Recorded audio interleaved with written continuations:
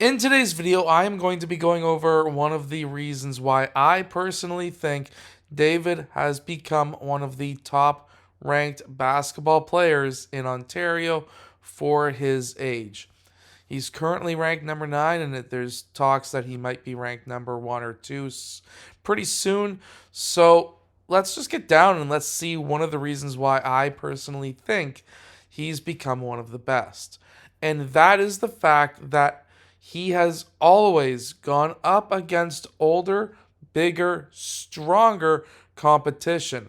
So, for example, in this video, for most of it, he was going up against Daniel.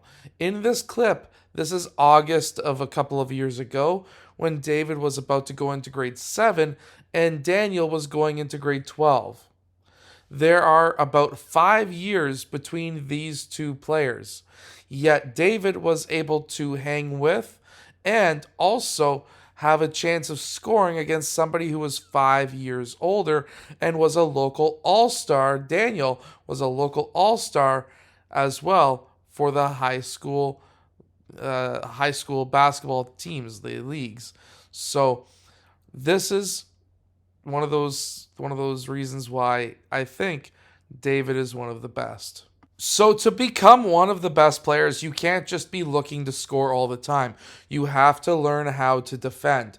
And in this first clip, David is defending Daniel, a local high school all-star going into grade 12 in this clip. Daniel knows how to use his size against David. However, this isn't just playing bully ball. What this is doing is this is teaching David how to defend bigger players. Even though Daniel scored in this clip, David has learned because of that how to defend bigger, stronger players. Now in this clip, David is going up against Daniel. And obviously, David's going to have some troubles. He needs to try and find a way around Daniel to be able to score or maybe find an open shot. He loses the ball, but we have to remember that there is like 5 years difference, 6 years difference between these two players. And Daniel is a local all-star, while David is just starting to learn how to play basketball. So there is a drastic difference between these two players. And just by going up against older, bigger, stronger players, you're going to learn a ton about how to be able to score and gain leverage on that defender. By the way, nice shot, David. You got that one. Now in this clip, David actually gets the ball free for a second. He's able to poke that free and backs up Daniel. However, that added distance allowed Daniel to be able to attack that basket, and he was able to get past David and score at the rim quite easily. This was able to happen because after David poked that ball free, that created the separation for Daniel to be able to drive on David. And due to his age, speed, and size and strength, he was able to get that leverage and he was able to get that distance from David.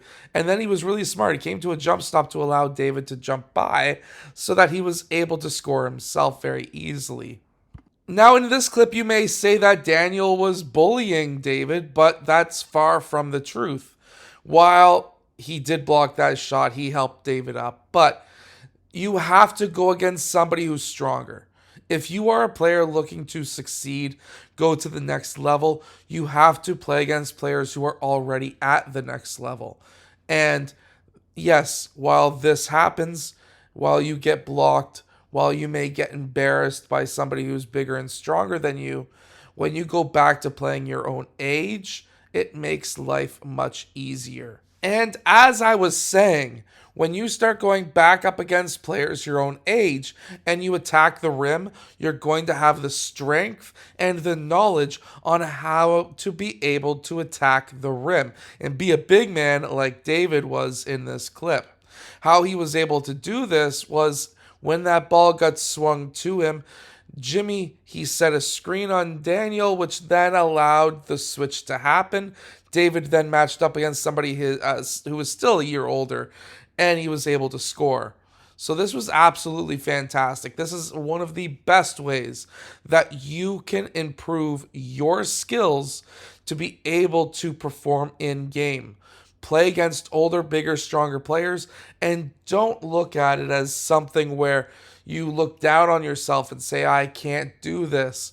You have to think to yourself, this is who I need to beat.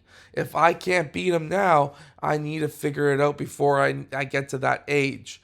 So by David figuring out how to beat Daniel as a grade 6 or a grade 7, or even as a grade 8, guess what?